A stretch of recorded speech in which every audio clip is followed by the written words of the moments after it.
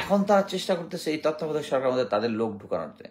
আমরা অনেকেই যাদেরকে চিহ্নিত আছে তাদেরকে রেজিস দিচ্ছি, কিন্তু তারপরেও দেয়ার আর হিডেন পিপলস। এখন এই সেনাবাহিনীর মধ্যে যে অংশটা সেনাবাহিনী যে অংশটা শেখ হাসিনার রেজিমকে সাপোর্ট করেছে, এবং আমি নাম্বার অফ টাইমে বলেছি যে তারা একটা কু করার চেষ্টা করতেছে, এরকম করতেছে। অনেকে বলেছেন এটা একটা গুজব। এটা গুজব না। এই এনটিএমসি এখনো আওয়ামী লীগের লেসপেন্সাররা চালাচ্ছে। আমরা যারা অ্যাক্টিভিটিস করছি এখনো তাদের কাছে রেজিস্ট্রেন্ট পাচ্ছি। তাহলে আমাদের স্বাধীনতা কোথা থেকে আসলো?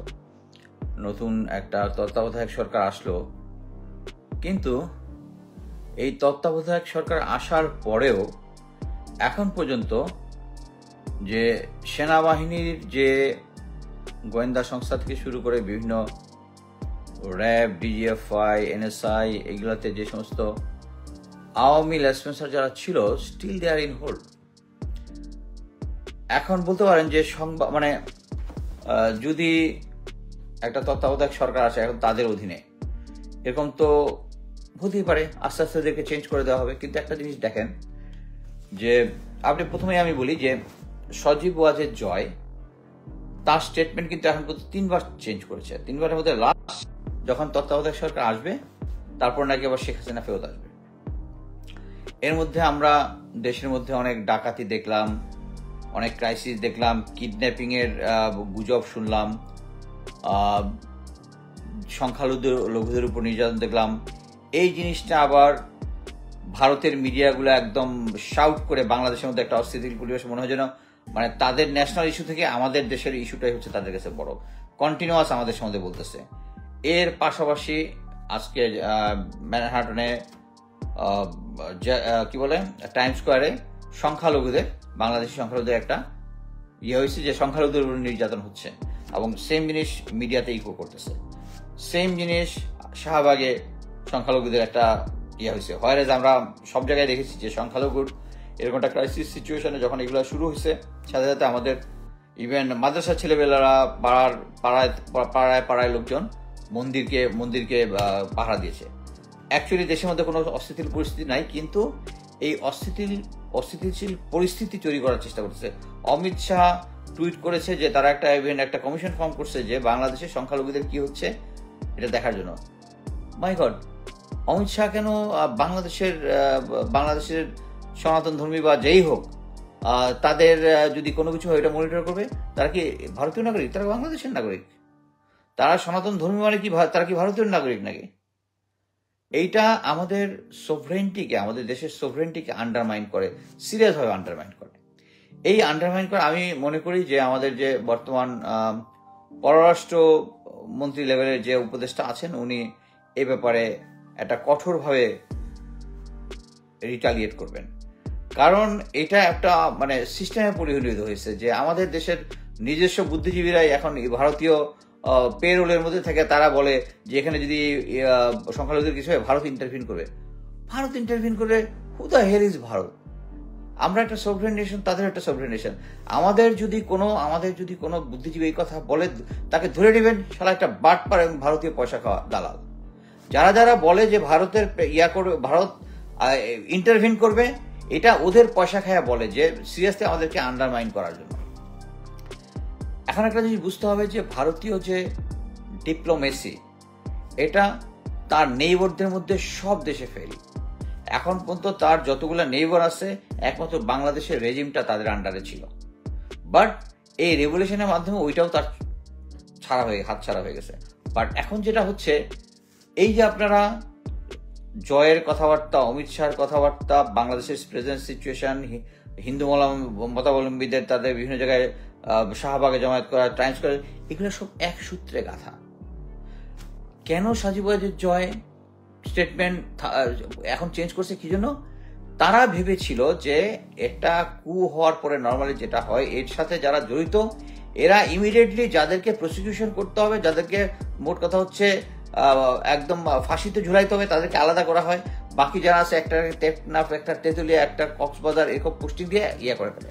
কিন্তু আমরা এই মুহূর্তে কি দেখতেছি যে যারা যেখানে ছিল ওখানেই আছে, এবং এরা এখানে আছে দেখেই দে আর গেটিং স্ট্রং। এই স্ট্রং হয়ে তাদের হোপটা বেড়ে গেছে। এই জন্যই জয় এখন বলে যে তত্ত্বাবধায়ক ইয়া হওয়ার পরেও নিবে, কারণ তারা এতদিন মনে করছে যে এরা ধমধম করে পড়ে যাবে, ধমধম করে পড়ে যাবে যারা তাকে সাপোর্ট দিছে, তারা তো দিচ্ছে না। স্টিল এই রেজিমের যারা আছে ইম্পর্টেন্ট গোয়েন্দা সংস্থা, র্যাব, পুলিশ যারা আছে সব তাদের জায়গার মধ্যে আছে। পুলিশ যদি এখন একটা ডিসওরিয়েন্টেশনের মধ্যে আছে, বাট বাকি যারা আছে তারা এখনো শপথে বহাল আছে। এখন আমাকে অনেকে বলেছেন যে ওয়াকার স্যার খুব চেষ্টা করতেছেন কিন্তু উনি পারতেছেন না। আমি মনে করি it's a bullshit. Waker sir যদি কাউকে ইয়া করতে চায়, উনি যদি থ্রেট মনে করে, উনার হোল আর্মি উনার 46 ব্রিগেডকে উনি বিশ্বাস করতে পারতেছেন না, কারণ এটা ইমরানের আন্ডারে ছিল। আচ্ছা, উনি কি করবেন? আমি জানি এই মুহূর্তে 200-র মতো কমান্ডো আছে ঢাকাতে, বা উনি বলতে পারেন যে 2টা কোম্পানি আসবে, এদিকে আসবে। কোম্পানি কমান্ডারকে উনি পার্সোনালি ব্রিফ করে উনার আশেপাশে থাকবে। এমএস আছে উনার ইয়াতে, এমএস পোস্টিং অর্ডার বের করবে বা কাউকে রিলিজ অর্ডার দিবে, তার চাকরিটা টার্মিনেট করা হইলো, ফিনিশ, হি গোজ হোম। এখানে পারতেছে না, এটা একটা বুলশিট। সেনা প্রধানের আর্মিতে এটা তো সিভিল না যে কেউ এসে উপরে থেকে বললো মানি না, মানবো না। এখানে মানি না, মানবো না কোনো ইয়া নাই। আর একটা জিনিস বুঝতে হবে যে সেনাবাহিনীর স্ট্রেংথ এখন যেটা, জুনিয়র অফিসাররা তারা অ্যাবসোলিউটলি ওয়াকার স্যারের সাথে সমমর্মিতা পোষণ করছে, যে ওয়াকার স্যারের ইয়াতে, এবং অনেক ম্যাক্সিমাম জিওসিরাই ওয়াকার স্যারের পক্ষে। কিন্তু এটা বুঝতে হবে ওই জিওসিরাও কিন্তু এদের সাথে এখন অনেক আওয়ামী লীগের লোকজনের কানেকশন আছে, এবং তারা তাদেরকে মোটিভেট করার চেষ্টা করছে। এখন দেখতেছে যে তাদের স্ট্রেংথটা তো এখনো আছে, কারণ এখনো ওয়াকার স্যার ওই লোকগুলাকে আউট করেনি। এখন আমি কি ওয়াকার স্যারকে ডাউট করবো? ওকে, লেটস, ওনাকে ডাউট করলাম না, কিন্তু উনি এগুলো কেন করতেছে না? এটা একটা বুলশিট যে আমি চেষ্টা করতেছি, এখনো ওরা হাওকা করতেছে, বলতেছে আমার কি দোষ। আমরা অর্ডার পালন করছি, অর্ডার পালন করছি, এটা বলবে হচ্ছে সৈনিক বলবে, সৈনিকের কোনো অল্টারনেটিভ নাই। But as per military rule, officer তার গুড অর্ডার এবং ব্যাড অর্ডারের ডিফারেন্সিয়েট করার ক্ষমতা আছে, তাকে দেওয়া আছে। সে ইচ্ছা করলে সে যদি বলে যে সিনিয়র আমাকে আদেশ করছে, এই জন্য আমি ঢাকা শহরের মধ্যে হেলিকপ্টার থেকে গুলি করছি, কোনো আদালত কোনো কিছুতে এই জিনিসটা টিকবে না। সো এই জিনিসটা পরে এখন পর্যন্ত ওয়াকার স্যার কোনো অ্যাকশন নিচ্ছে না, এটা তার পজিশনটাকে সন্দেহজনকভাবে সন্দেহের উদ্বেগ করে। এর আগের ভিডিওতে আমি বলেছি যে উনি জিয়াউল আহসানকে এয়ারপোর্ট পর্যন্ত যাওয়ার যেটা পালানোর যেটা চেষ্টা, ওটা উনি জানতেন, ওনার নলেজে এটা হয়েছে। সো সবকিছু মিলা। আর আমি যেটা মনে করি, আরো একটা জিনিস বলি, উনি প্রথমে যে 5 জন অফিসারকে উনি জিয়াউল আহসানকে ফোর্স রিটায়ারমেন্ট আর বাকিদেরকে পোস্টিং করেছেন। পোস্টিং এর একটা সিস্টেম আছে, এটা হচ্ছে বোধহয় ARI 373 একটা রুল আছে। সেটা হচ্ছে আমাদের যখন পোস্টিং হয় তখন বলে দেয় যে ARI 373 অনুযায়ী, তার মানে হচ্ছে আমাকে ঢাকা থেকে সিলেট পোস্টিং করা হলো, সিলেটে আমি এর মধ্যে আমি 15 দিন টাইম নিতে পারি, এই 15 দিনের মধ্যে ওখানে গিয়ে হাজির হতে হবে। সো উনি ওখানে যাদেরকে পোস্টিং করেছে তারা এখনো ঢাকার মধ্যে বসে বসে কনস্পিরেসির মধ্যে এগুলাতে পোস্টিং যেটা করতে হয় সেটা হচ্ছে এখান থেকে এখানে পোস্টিং ফোর্থউইথ মিনস ইমিডিয়েট। আজকে এখান থেকে তাকে রিলিজ দেওয়া হয়েছে, কালকে ওখানে গিয়ে তাকে জয়েন করতে হবে, সিম্পল।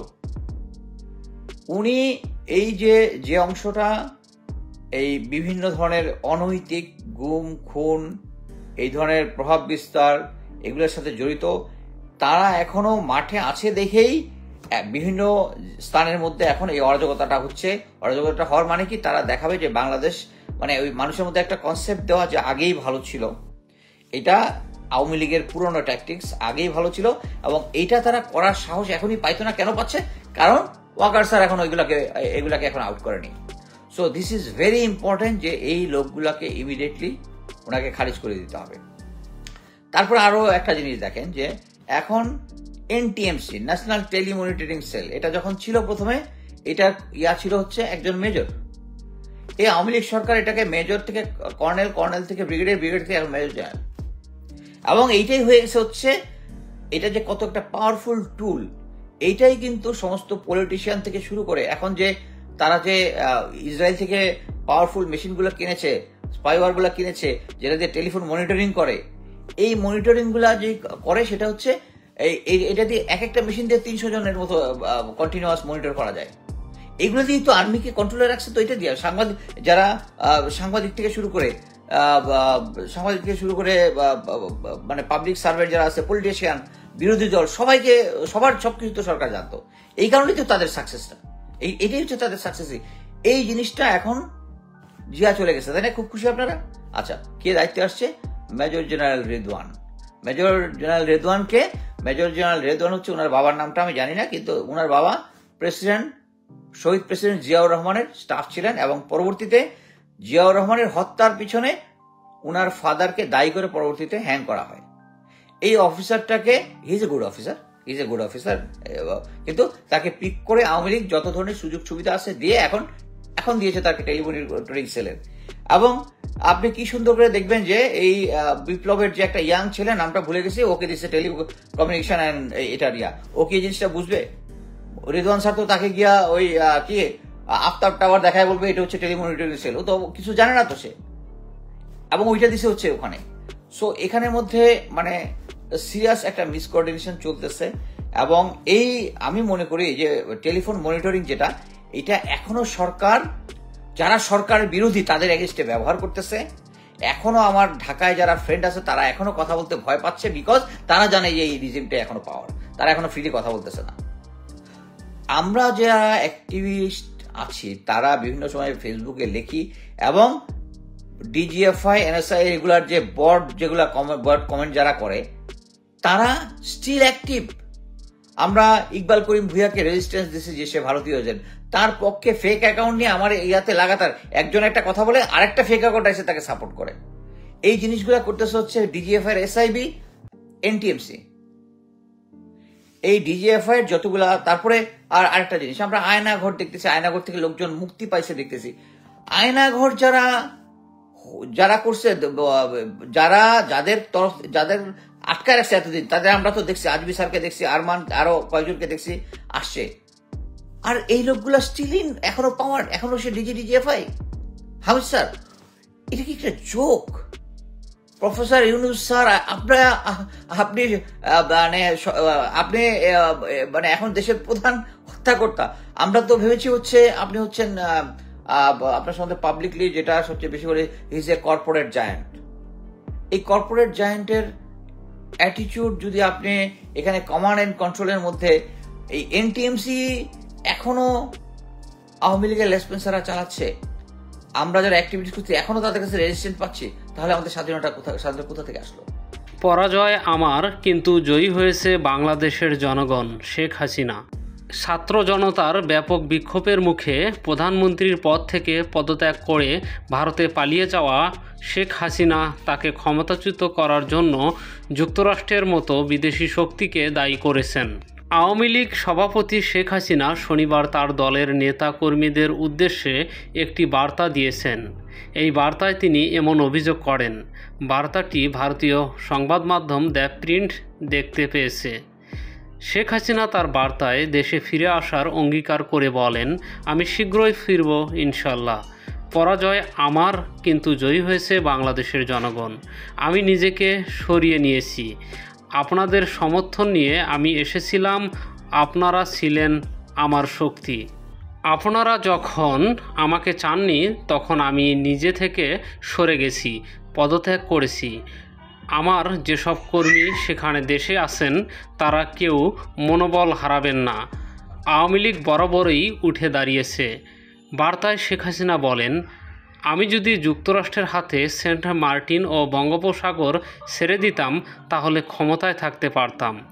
বাংলাদেশের রাজনৈতিক সংকটের পেছনে বিদেশি শক্তির হাত আছে কিনা তা খতিয়ে দেখা হচ্ছে বলে ভারত সরকারের পক্ষ থেকে ঘোষণা দেওয়ার কয়েকদিনের মাথায় এমন কথা বলেন শেখ হাসিনা।